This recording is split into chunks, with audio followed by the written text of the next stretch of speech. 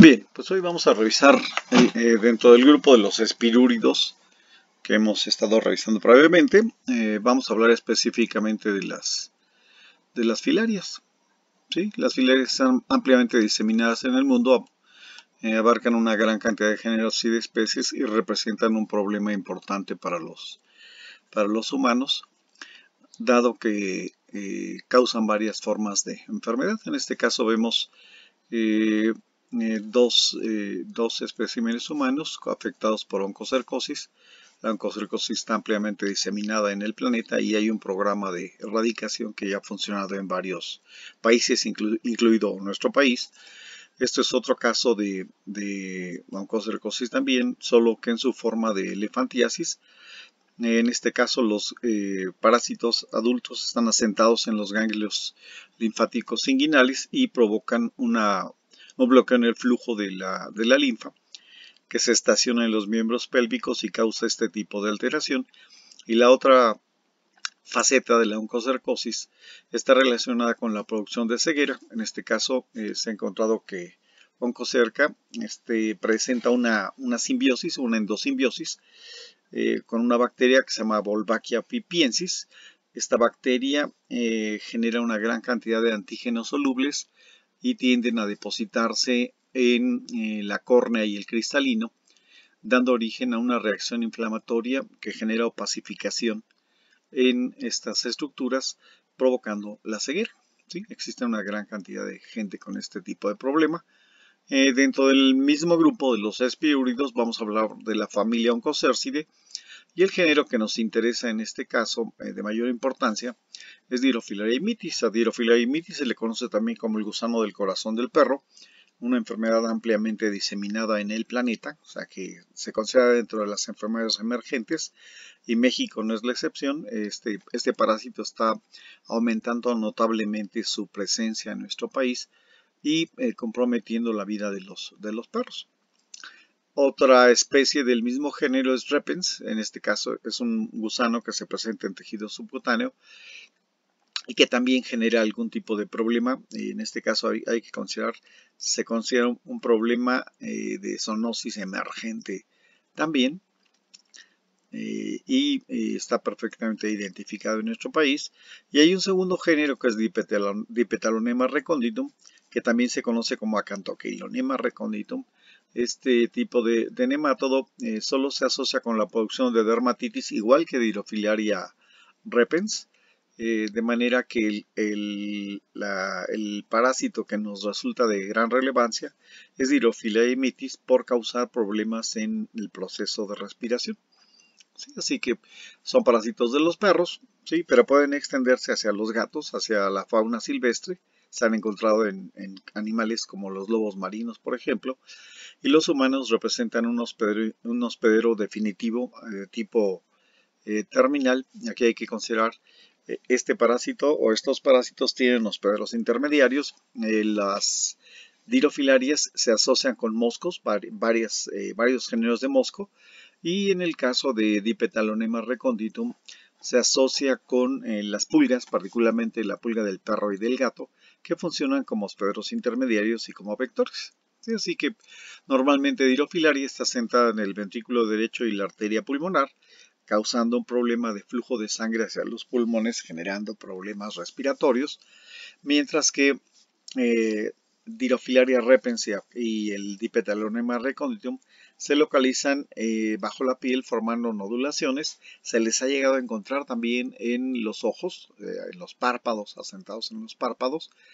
Y en el caso de Dirofilaria mitis en los humanos, se le ha relacionado con el desarrollo de asentamientos en las ramas de la arteria pulmonar que dan origen a lesiones muy singulares en los pulmones que simulan el desarrollo de un tumor pulmonar, pero corresponden a formas inmaduras de los gusanos que no han logrado terminar de desarrollarse. El problema de la dirofilariosis ya abarca el mundo prácticamente, y de acuerdo con las proyecciones, este mapa es de 1999, de acuerdo con las proyecciones prácticamente se extiende, o se va a extender por toda Europa y se va a extender hacia la zona de la Unión Soviética, y el continente americano literalmente está ocupado por este tipo de infección. ¿Sí? Entonces, en el caso de México, el problema originalmente se manejaba para las zonas costeras, pero en la actualidad se le puede encontrar prácticamente en todo el territorio nacional, y aquí podemos ver cómo se conecta nuestra geografía con la de los Estados Unidos. Toda esta zona que corresponde al curso del río Mississippi es la zona de mayor densidad de presentación de casos de difilariasis en este país, y se hace un corredor que baja por toda la costa del Golfo y que también se ha enlazado vía la interacción con el estado de Florida, ya que hay una gran colonización en la costa del Caribe de nuestro país con la llegada de la gente de Estados Unidos y sus perros infectados con dirofilaria, que han diseminado el problema hacia nuestro territorio.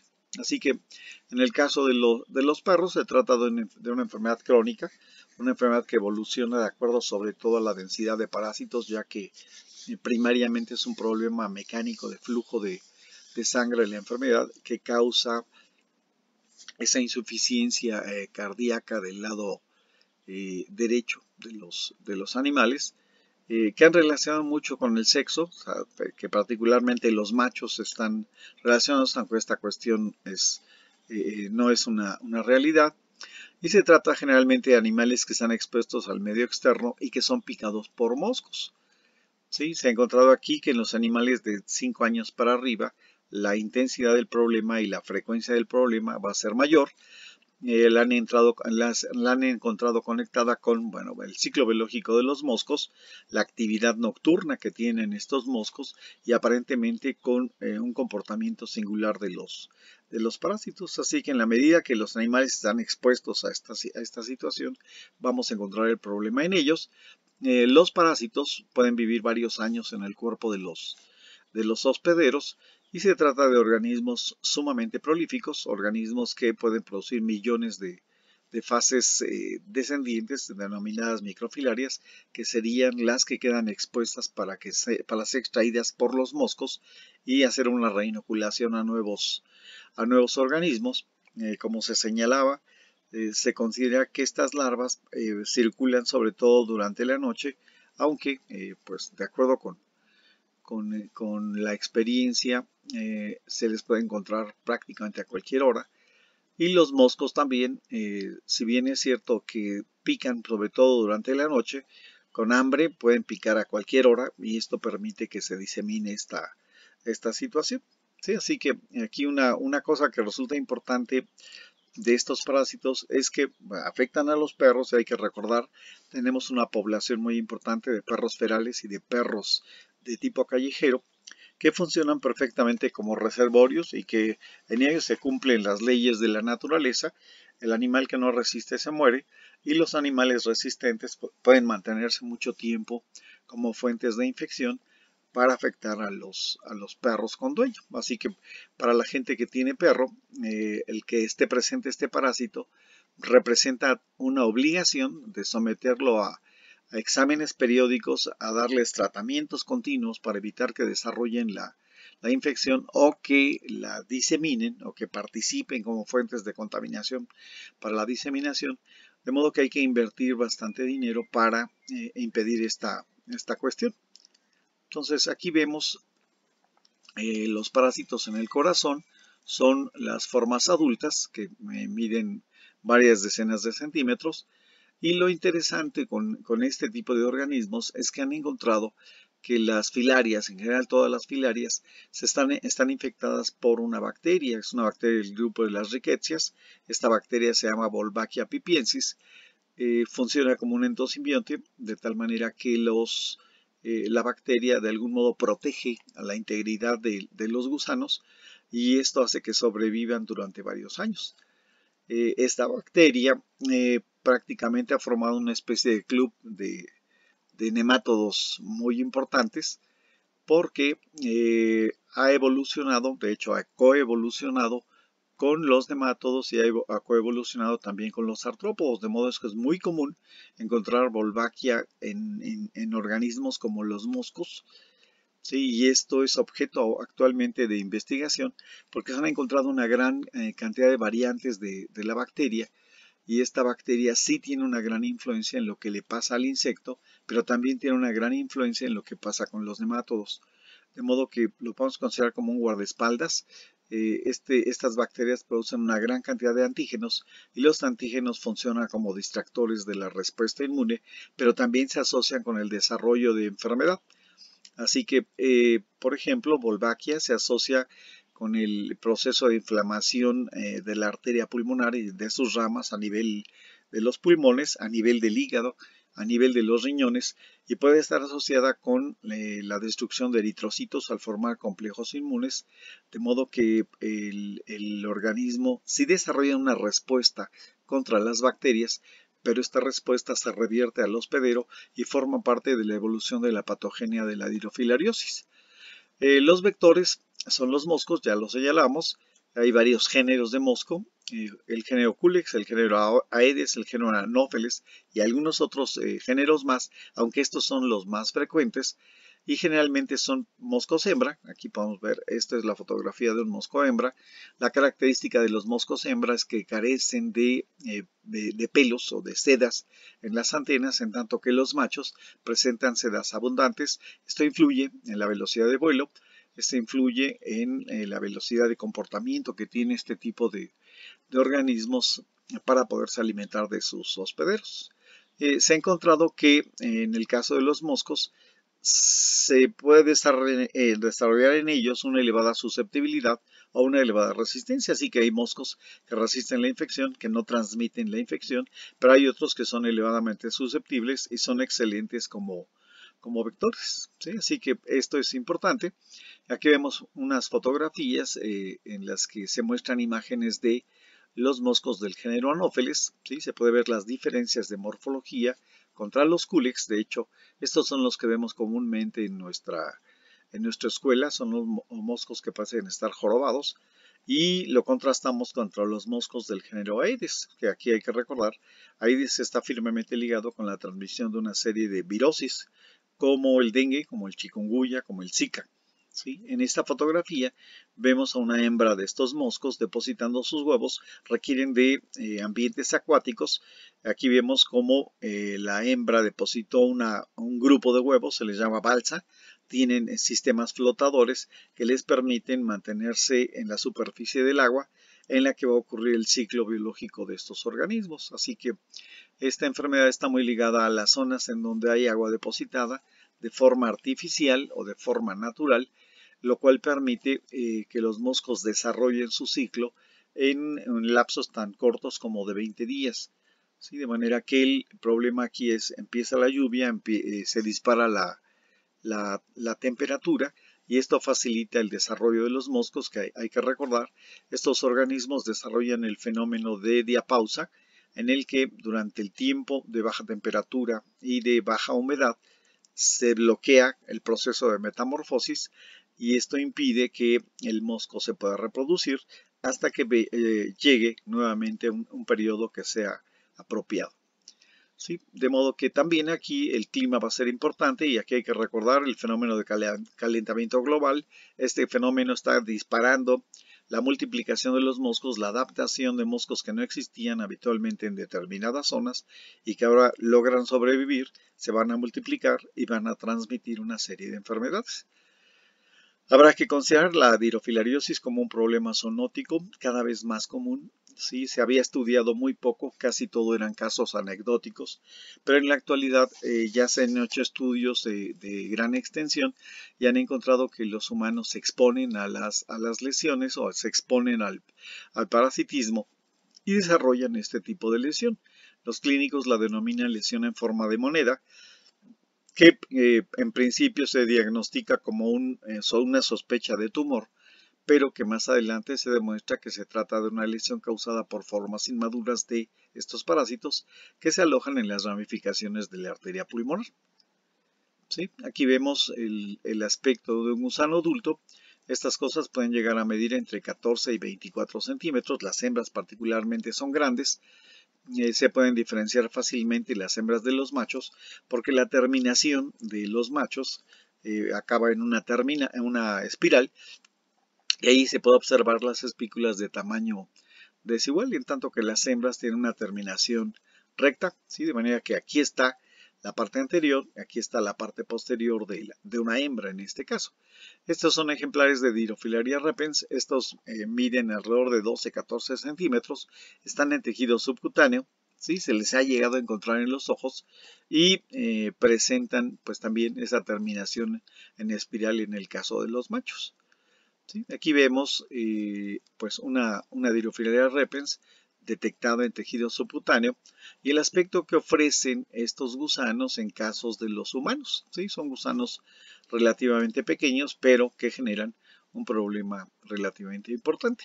El ciclo de vida de estos organismos es indirecto. En este caso, el perro funciona como hospedero definitivo, es portador de las formas adultas que se encuentran en el ventrículo derecho y la arteria pulmonar y que permanentemente están liberando larvas. Estas larvas son denominadas microfilarias, corresponden con el primer estadio larvario. Este primer estadio se va a encontrar regularmente en los capilares, sitio del que obtienen los moscos la sangre. De modo que cuando el mosco succiona sangre, ingiere la primera larva, que se conoce como microfilaria. Esta microfilaria va a migrar hacia los túbulos de Malpighi, que son los sistemas excretores de los insectos, y aquí va a ocurrir una muda para dar origen al segundo estadio larvario, que se conoce también como estadio en forma de salchicha, y este estadio después migra de los túbulos de Malpighi a los músculos torácicos del mosco, y ahí va a ocurrir la segunda muda para convertirse en larva 3. Estas larvas posteriormente migran a los órganos vocales, que son huecos de los moscos, y durante la alimentación van a ser inoculados por el mosco. Aquí se puede ver en esta fotografía el órgano bucal de un mosco, del cual están saliendo los estadios larvarios 3 para ser inoculados en tejido subcutáneo. De modo que aquí en tejido subcutáneo las larvas pueden permanecer 2 o 3 meses y mudan a larva 4, y ya de aquí del cuarto estadio larvario, estos organismos migran ya al ventrículo derecho y la arteria pulmonar, y en un lapso de varios meses se convierten por un lado en larva 5 y dan origen a los adultos que van a comenzar a reproducirse posteriormente. En el caso de Dipetalonema hay que hacer la consideración de que en lugar de utilizar a los moscos como hospederos intermediarios, utilizan a las pulgas. Y en términos generales el ciclo es similar, solo que con la participación de las pulgas y con una permanencia muy localizada en la zona de inoculación. Así que en la dirofilariosis el problema esencialmente es de orden mecánico. Los gusanos adultos bloquean el flujo de la sangre, sobre todo bloquean el cierre de las válvulas, lo cual impide que salga totalmente la sangre del corazón y llegue a los pulmones, provocando una insuficiencia cardíaca derecha que finalmente puede ser muy agravada y deberá de haber algún tipo de compensación por parte del hospedero para hacer que la sangre pueda llegar a los pulmones. Así que la característica más importante de la dirofilariosis es que causa un problema de insuficiencia cardíaca que repercute a nivel respiratorio, afectando el proceso de intercambio de gases. Así que el aspecto de mayor importancia radica en la presencia de los gusanos, ¿sí? De gusanos que pueden ser de dimensiones grandes, que pueden ser muy numerosos, que pueden generar un bloqueo muy importante. Pero también se ha encontrado una asociación con una inmunopatología. Estos parásitos producen antígenos solubles que forman complejos y que interactúan con las paredes vasculares, con los eritrocitos, y que pueden afectar la función de diferentes órganos, pero también aquí está involucrada la participación de Wolbachia pipiensis, la cual también produce una gran cantidad de antígenos solubles que forman complejos y que dañan una serie de tejidos debido a esta reacción inmunopatológica. Así que en la dirofilariosis se ha establecido una escala de daño que está relacionada con la cantidad de gusanos. Así que se ha clasificado en 3 niveles. El primero, que podría incluir la presencia de 2 o 3 parásitos, que no va a generar problemas, en los animales pueden sobrevivir. El segundo, en el que ya pueden ser visibles alteraciones respiratorias cuando el animal de alguna manera realiza actividad física. Y el tercero, que originalmente había sido subdividido en un cuarto también, en el que los animales ya presentan una marcada intolerancia al ejercicio y toda una serie de alteraciones que están relacionadas con la inmunopatología, con un gran bloqueo en el flujo de la sangre del corazón hacia los pulmones, que va a reflejarse en el comportamiento de los animales. ¿Sí? Así que esto sería la galería del terror,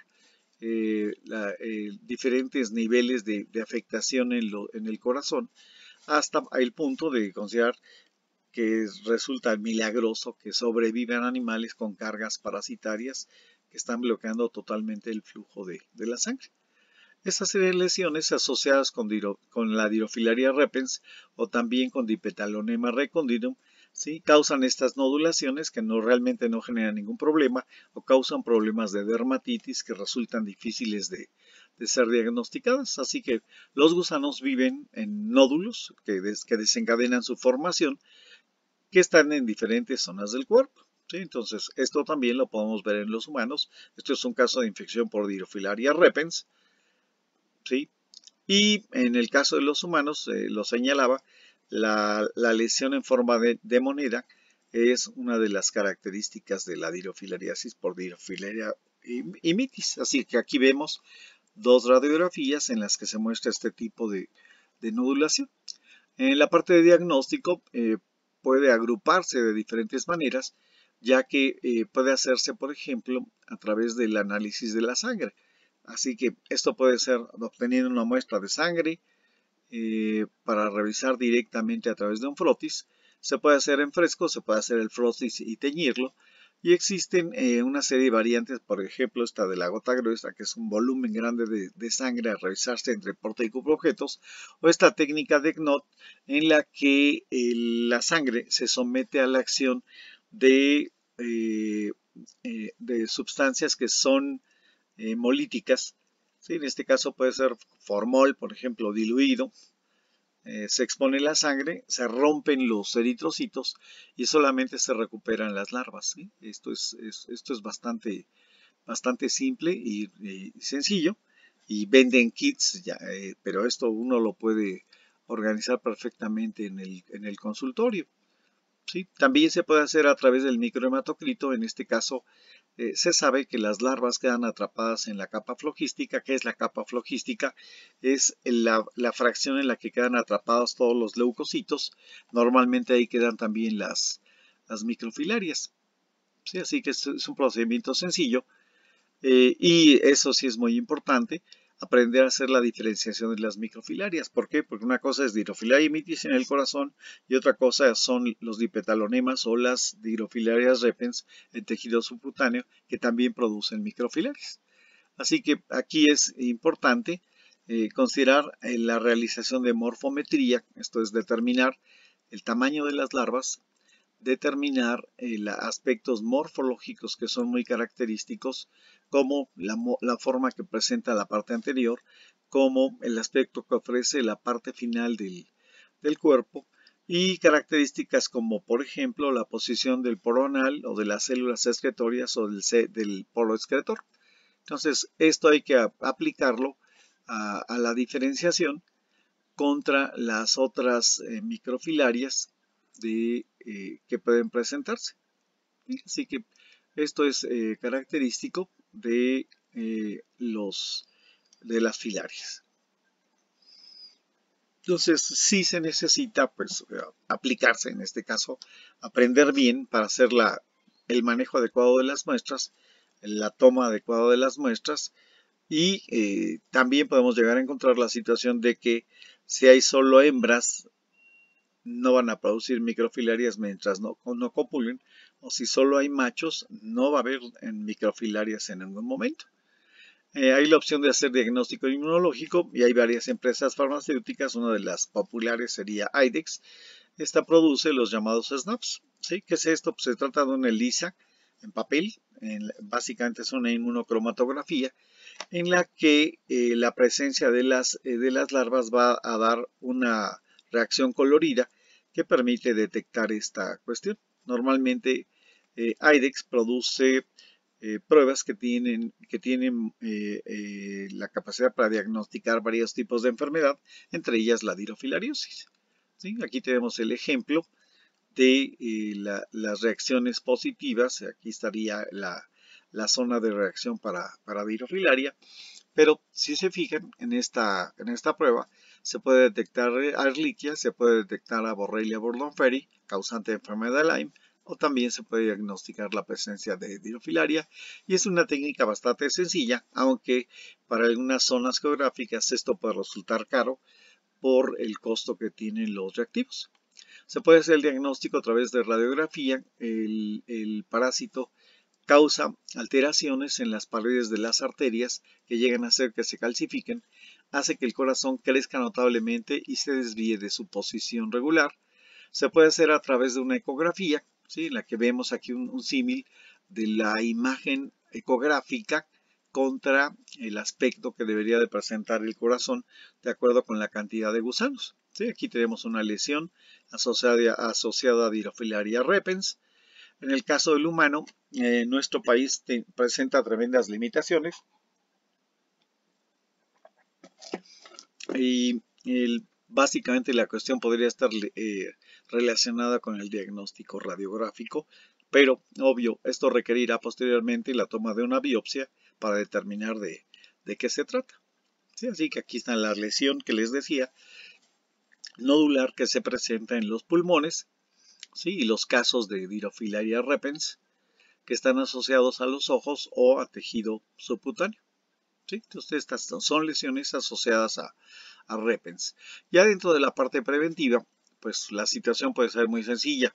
O sea, evitar la picadura de los moscos. Aquí existen algunos productos tipo piretroide que funcionan como repelentes. Los moscos interactúan y si hay piretroides normalmente se retiran. Se maneja el concepto de los repelentes, no es tan importante en el caso de los perros. Y hablar de protectores superficiales pues no es tan sencillo.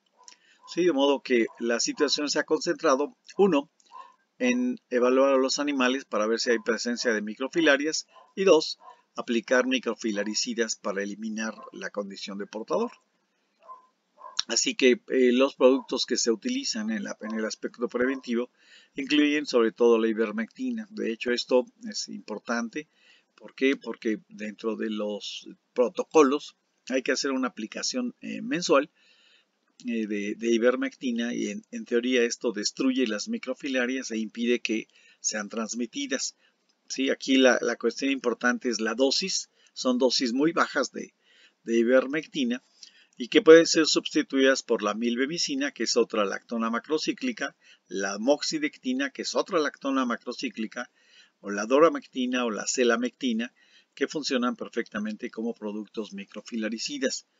Sí, lo importante aquí es a nivel de campo, la gente está utilizando dosis de 200 microgramos por kilo, que serían incluso adulticidas, de modo que esto puede generar accidentes si no se manejan las dosis adecuadas. Desafortunadamente, este es un criterio que se ha generalizado y que representa un peligro de matar formas adultas y matar a los animales. En el caso de los adulticidas, solamente existe un producto, por aquí lo vamos a encontrar, es el dihidrocloruro de melarsonina, ¿sí? Que se aplica a los animales inyectado y que es sumamente tóxico, es sumamente doloroso, pero mata a los gusanos. Aquí hay que considerar la aplicación de estos tratamientos va a generar tromboembolia. Entonces aquí hay que considerar, en el caso de los animales que están en fase 1, hay que tomar en cuenta toda una serie de aspectos en relación a cómo está trabajando su hígado, sus riñones, su corazón, sus pulmones, para tomar el compromiso de aplicar el producto. ¿Por qué? Porque si el animal ya está dañado, la melarsonina es sumamente tóxica y puede acabar de dañar los riñones o el hígado. Así que esto es bien importante de hacer la evaluación para aplicar un tratamiento. Cuando hablamos de animales que están en la clase 2 o la clase 3, realmente, o sea, hay que hacer un manejo diferente e incluso la recomendación aquí es la punción de la arteria pulmonar para la extracción de los gusanos adultos y de esta manera hacer que el animal se alivie. Y de hecho, mantener estos animales casi en inmovilidad para no exponerlos a un esfuerzo cardíaco. ¿Sí? Así que esta es la situación. Y se ha encontrado, pues dado que existe el endosimbionte, que es la riqueza, estos organismos son sensibles a las tetraciclinas, de modo que la tetraciclina, la oxitetraciclina, la doxiciclina puede matar a Wolbachia, y esta situación va a ser importante porque va a dejar de tener el endosimbionte. Esto puede hacer que se reduzca el tamaño de los gusanos y facilite el tratamiento de la enfermedad. Otras filarias que se pueden encontrar incluyen al género Onchocerca. De hecho, como lo señalé, en nuestro país teníamos Onchocerca volvulus. En la actualidad ya desapareció bajo un esquema de tratamiento con ivermectina. Y bueno, eso ha desaparecido en nuestro país y fue un problema serio. En el caso de los animales, pues básicamente hablamos de 4 especies de Onchocerca: la Onchocerca cervicalis de equinos, la Onchocerca gibsoni de bovinos, la Onchocerca reticulata de equinos y la Onchocerca guturosa de los bovinos. ¿Qué pasa con estos parásitos? Normalmente forman nodulaciones bajo la piel o bien se pueden asociar a los ligamentos, ¿sí? Entonces esto podría ser relativamente común, aunque aquí hay una situación particular con los equinos y los bovinos. Se ha utilizado intensivamente la ivermectina. Esto ha llevado a que se reduzca la presencia de este tipo de parásitos, de modo que ahorita ya no es una situación tan común. Normalmente Onchocerca produce una infección crónica. Generalmente esto lo vamos a encontrar en los animales que se encuentran en pastoreo, dado que está conectado con la transmisión por vectores hematófagos. En este caso es una mosca, se conoce como la mosca negra, una mosca hematófaga que inocula los parásitos o que extrae microfilarias para retransmitirlas a otros animales. Como lo señalamos previamente, la presencia de esta mosca está asociada al agua. O sea, de hecho, estas moscas se desarrollan en zonas donde el agua se mueve a gran velocidad, zonas de cascadas, zonas de arroyo de flujo rápido, y está conectada con las zonas en las que vive la gente, ¿sí? Entonces, realmente esto no tiene mucha repercusión porque la evolución del proceso es muy largo y eventualmente pueden llegar a causar problemas de opacidad en la córnea y el cristalino. Las oncocercas son grandes, pueden llegar a medir hasta 50 centímetros, se encuentran enrolladas dentro de las nodulaciones. Y pues aquí se puede observar, estos organismos presentan estrías transversales y realmente no hay mucho que hablar de características morfológicas, porque si se analiza aquí, este es el orificio oral y está bordeado con 4 pares de papilas en los alrededores, y ya señalamos, presenta estrías transversales. Igual que en Dirofilaria, los machos presentan una terminación en espiral con espículas desiguales, ¿sí? Aquí vemos el aspecto de las nodulaciones. Y si hablamos del ciclo, pues básicamente el ciclo es el mismo de Dirofilaria, que hay que sustituir los hospederos definitivos, que serían los equinos y los bovinos, que tienen los gusanos en nodulaciones, y los hospederos intermediarios, que son las moscas negras en este caso, en las que ocurre el desarrollo del segundo y tercer estadio larvario. Así que esta mosca sustrae microfilarias que están circulando en sangre y después va a inocular larvas 3 que van a dar origen a las formas adultas dentro del tejido subcutáneo, ¿sí? Así que aquí podemos ver cómo empieza la opacificación, ¿sí? Y el diagnóstico es una condición accidental. Nadie es una búsqueda intencionada de las oncocercas. De hecho, está dado pie a controversia. ¿Por qué? Porque se ha identificado la presencia de las oncocercas en los animales y se ha manejado erróneamente como un problema zoonótico, cuando solo Onchocerca volvulus es la que causa la infección en el humano. Así que podemos detectar eventualmente la presencia de las microfilarias en la sangre. Sí, habrá que hacer morfometría para identificar, pero lo más común es que la gente que trabaja con los cadáveres en el rastro sea la que lo detecte, y al final puede acabar con el carnicero la detección de esta cosa y nunca a consumo de los humanos. Así que Aquí ya no se aplican medidas de prevención porque se está haciendo uso y abuso de las lactonas macrocíclicas como la ivermectina, y esto está teniendo un impacto sobre las poblaciones adultas de oncocerca. Entonces aquí les enseño lo que pasó en el caso de los humanos. O sea, se estuvo utilizando durante largo tiempo la dietilcarbamazina. En la actualidad se utiliza ivermectina y prácticamente esto ha sido erradicado de nuestro país. Todavía en algunas zonas de África está presente esta situación, ¿sí? Y lo grave ahí era la ceguera que producía este tipo de parásitos.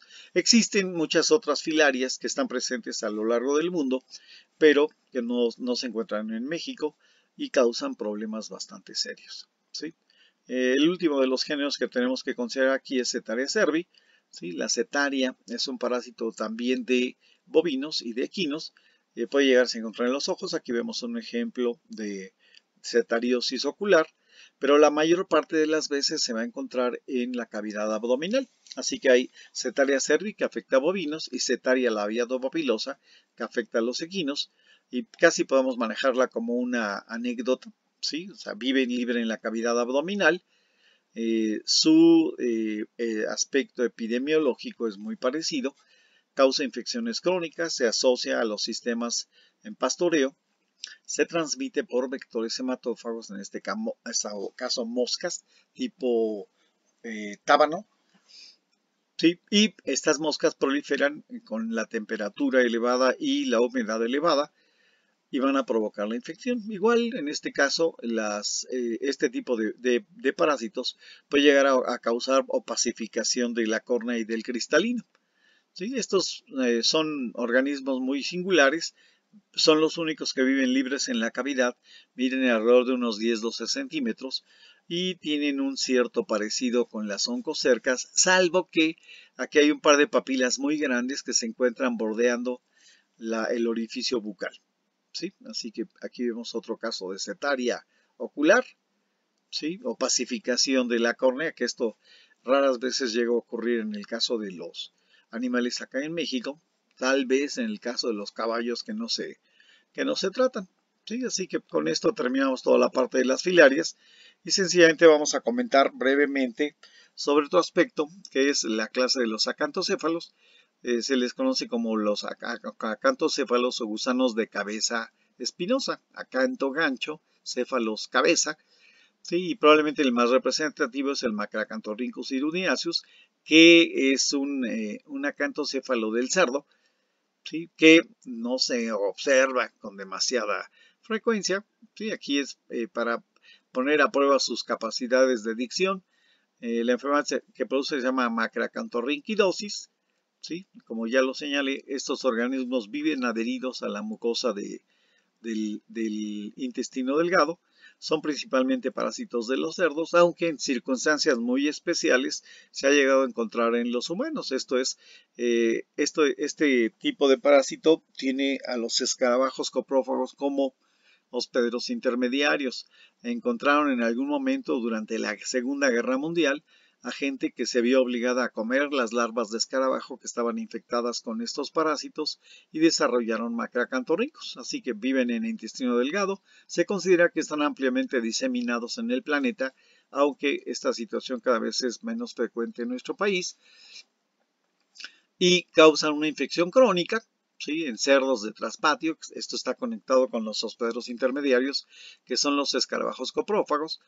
Afecta a animales de todas las edades. La infección se adquiere consumiendo a los hospederos intermediarios, que tienen fases que simulan bastante el aspecto de un cisticercoide, ¿sí? Dado que los acantocéfalos son considerados organismos que presentan características entre céstodo y nemátodo, ¿sí? O sea, algunos de ellos pueden presentar estrías transversales que simulan la segmentación, pero en realidad no hay tal segmentación, y presentan sexos separados, de modo que esto es muy, muy especial. Así que ya son raros, ¿sí? O sea, no es común encontrarlos. El laboratorio cuenta con algunos especímenes de estos. Generan problemas de desnutrición, o sea, son organismos quimófagos y forman parte del síndrome parasitario que se presentan en el cerdo, una gran variedad de nemátodos. Así que aquí vemos un espécimen de estos escarabajos coprófagos, que son organismos que se encargan de degradar la materia orgánica y la utilizan para reproducirse. ¿Sí? Así que hay varios géneros de escarabajo. ¿Sí? Aquí está la forma adulta y esto es la forma larvaria. ¿Sí? Esta sería la fase en la que se desarrolla la fase infectante del parásito. Así que los Melolonta, los Scarabeus, ¿sí? Y algunos otros géneros. ¿Sí? Así que Macracanthoryncus puede alcanzar algunas decenas de centímetros, tal vez unos 25 centímetros. Se caracteriza por presentar el cuerpo aplanado anteriormente y cilíndrico en la parte posterior. Presentan estas estrías que darían el aspecto de una segmentación que no existe. Y es característico que en la parte anterior presentan una estructura cubierta de espinas, una estructura retráctil que se conoce como probóscide. ¿Sí? No es fácil hacer la diferenciación, hay machos y hembras. Normalmente los machos son pequeños y las hembras son de grandes dimensiones. ¿Sí? Así que aquí tenemos el aspecto de la probóscide y del cómo estos organismos se adhieren a la pared del intestino. De hecho, es muy interesante aquí la cuestión porque la probóscide llega hasta o perfora la pared del intestino hasta la serosa. ¿Sí? Se puede ver por el exterior la probóscide o la protuberancia que forma en la serosa la probóscide. El ciclo de estos organismos se parecería al de los céstodos. Los definitivos son los cerdos, eliminan huevos. Estos huevos van con un embrión, al embrión se le conoce como acántor, que en lugar de tener 6 ganchos tiene 4, tiene paredes muy gruesas, ¿sí? Y estos huevos tienen que ser ingeridos por los pederos intermediarios. El acántor libre en el cuerpo de los escarabajos coprófagos se convierte en una acantela, ¿sí? La acantela es un símil de un cisticercoide, ¿sí? Y esto se mantiene enquistado durante largo tiempo en el cuerpo del escarabajo. Para que el ciclo se cierre, el escarabajo debe ser comido por el hospedero definitivo, liberarse la acantela, que lo reitero es como un cisticercoide, que va a evaginar y da origen a la forma adulta del parásito en 2 o 3 meses. ¿Sí? Así que esta es la condición, ¿sí? Este es el aspecto de los gusanos. El diagnóstico regularmente puede ser a través de la expulsión de gusanos, ¿sí? Y de hecho casi siempre esto está conectado con sacrificaron al animal, encontraron los gusanos. Raras veces se detecta la presencia de los huevos. Esto se tiene que hacer mediante una técnica de flotación modificada utilizando solución saturada de sulfato de zinc. Y aquí está lo que les comentaba. Las paredes que bordean los huevos son paredes muy gruesas. Esta zona está perforada y taponada y en el interior está presente este embrión que tiene 4 ganchos. Los huevos son relativamente grandes, pueden medir unos 60-70 micrómetros. La parte de prevención pues prácticamente no se lleva a cabo, ¿sí? Porque pues es difícil atacar, es un atentado ecológico atacar a los hospederos intermediarios. Estos son necesarios en el ambiente y realmente no se puede hacer mucho. Como dato anecdótico, tenemos otro tipo de acantocéfalo que se presenta en este caso en los perros. Esto lo hemos visto en la zona norte del país. Se conoce como Cicola canis, ¿sí? Es un acantocéfalo que puede medir, digamos, 1 centímetro. Sí, de hecho tengo unos aquí en la mano. Más o menos 1 centímetro. Tienen su probóscide también y viven firmemente adheridos a la mucosa del intestino delgado. ¿Sí? Así que el ciclo de este acantocéfalo es parecido al del Macracanthoryncus. Utilizan a los escarabajos como hospederos intermediarios, pero eventualmente podemos encontrar un hospedero de transporte secundario que serían las lagartijas. ¿Sí? Ellas se comen a las larvas de escarabajo y alojan las acantelas, de manera que eventualmente esto puede ser integrado al ciclo de vida. Sí, lo repito, no es muy frecuente verlo en la zona en la que estamos. A mí me tocó conocerlos en el estado de Sonora. Sí, así que esto es lo que se encuentra, pero realmente aquí no lo hemos visto. Prácticamente con esto terminamos nuestro tema y de hecho con esto terminamos ya la unidad de Nematelmintos.